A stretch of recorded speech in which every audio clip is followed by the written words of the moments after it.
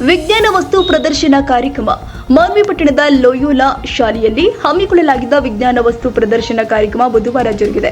ಕಾಲೇಜಿನ ನಿರ್ದೇಶಕರು ಆದ ಫಾದರ್ ವಿಲ್ಸನ್ ಮೊರಸಯ್ಯ ಸಜೆ ಮಾತನಾಡಿ, ತಾಂತ್ರಿಕವಾಗಿ ಬೆಳೀತಾ ಇರುವ ಇಂದಿನ ಯುಗದಲ್ಲಿ ಪ್ರತಿಯೊಬ್ಬರಿಗೂ ಕೂಡ ಜ್ಞಾನದ ಅವಶ್ಯಕತೆ ಇದೆ.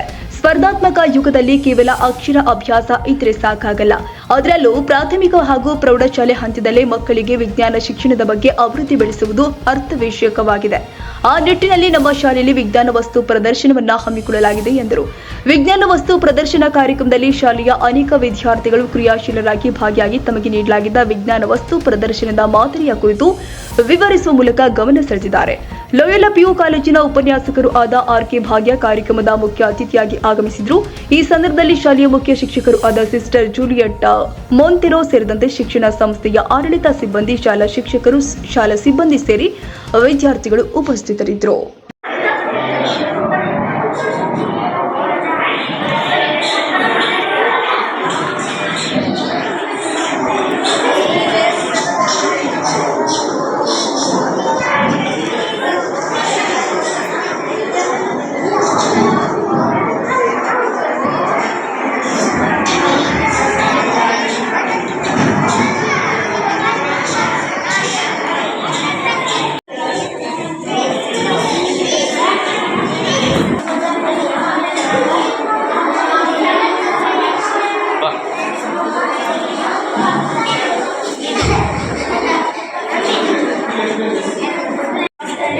As we learned already about A to Z things like